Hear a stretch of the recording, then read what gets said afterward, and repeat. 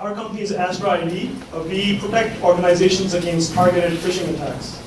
So it's really hard to follow them because I think that was beautiful. Our company is a Mass Challenge 2014 finalist, so we just went through that program.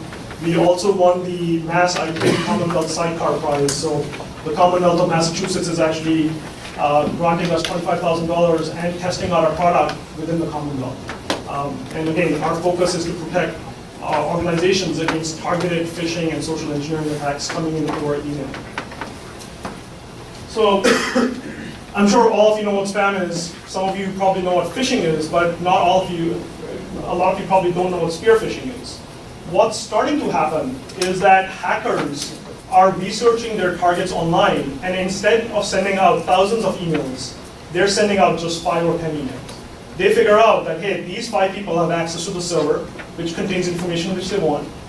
They pretend to be their friends or known colleagues or brands which those people might recognize, and send just those 5 or 10 people an email, thereby increasing the chances that the people will open up the emails, click on a link or open an attachment, and infect their machines or their networks.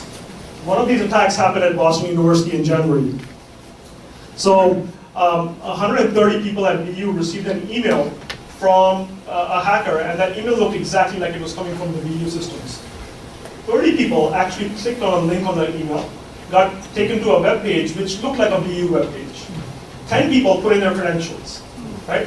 The hacker used those credentials to basically change the direct deposit information. So the next paycheck for some of those employees went to the hacker's account.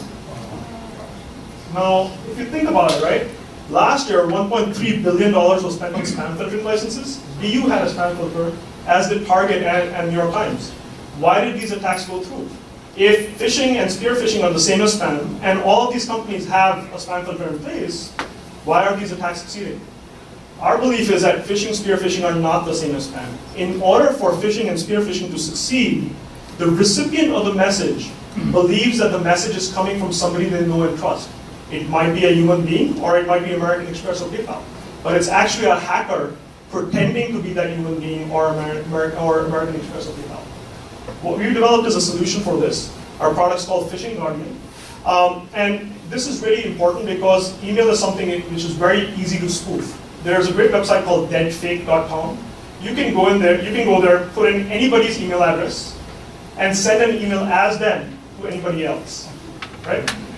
There are many other websites like this. The email protocols don't require a lot of authentication, so you can send email pretending to be anybody. What we do, the way we solve this, is that we monitor basically communication behavior. We look at how people communicate. We look at the metadata. We look at the content. And we create a behavioral fingerprint of how people communicate. And as we watch the email traffic, we are able to spot changes in behavior patterns. We also couple this with very deep URL analysis. So for instance, let's say that you receive an email. That email has a zip file. That zip file contains an Excel spreadsheet. That Excel spreadsheet contains a tiny URL, which is going to a bit.ly URL, which is then going to the final URL.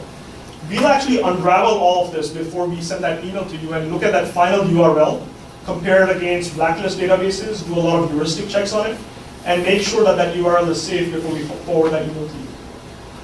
We do a variety of things to also increase user awareness. So for instance, let's say that URL, let's say that you receive an email and the visible link in that email is facebook.com. But if you clicked on it, it would take you to facebook.com. Now Facebook and Facebook look very similar. Our technology actually picks up on the fact that the hacker is trying to spoof Facebook. And in these cases, the company can specify if they want us to add a question mark to the beginning of the subject line, or perhaps move it to a different folder for the employee. So we are able to do a lot of things around that to increase the user's awareness around how these emails should be handled. We are extremely easy to integrate for an organization. You just have to change one record in your DNS, or you basically set up rules inside your mail server. And we charge $2 per employee per month. The product went live in September. We've got a couple of customers, and we'll also be kicking off this pilot with the Commonwealth of Mass. We're looking for more pilot customers, so please stop by, talk to us if you're interested. This is a big problem, and it requires education and automation to solve it. Happy to take any questions. Wow. That means you did your presentation. I'm not so sure. Nothing? Are you looking for money? We are. We are just starting to raise money. How long does it take for your algorithm to be trained? Yes. Which data do you need? So ideally, we need 3 months of history. So what we are doing with our pilots is that we basically go into a learning mode for the first 3 months, and then we become live. Besides email, do you track SMS and other things like that? It's coming. Yeah, so interestingly, with email it's called phishing, with SMS it's called smishing. And there's also phishing, which is phishing over voicemail. So we are talking to a few folks around doing this with SMS. There are also applications for this sort of technology with other channels such as Facebook Messenger or IRC. Are you only doing this for corporations or personal? You have to own your own domain. So as long as you own your own domain, you can do this.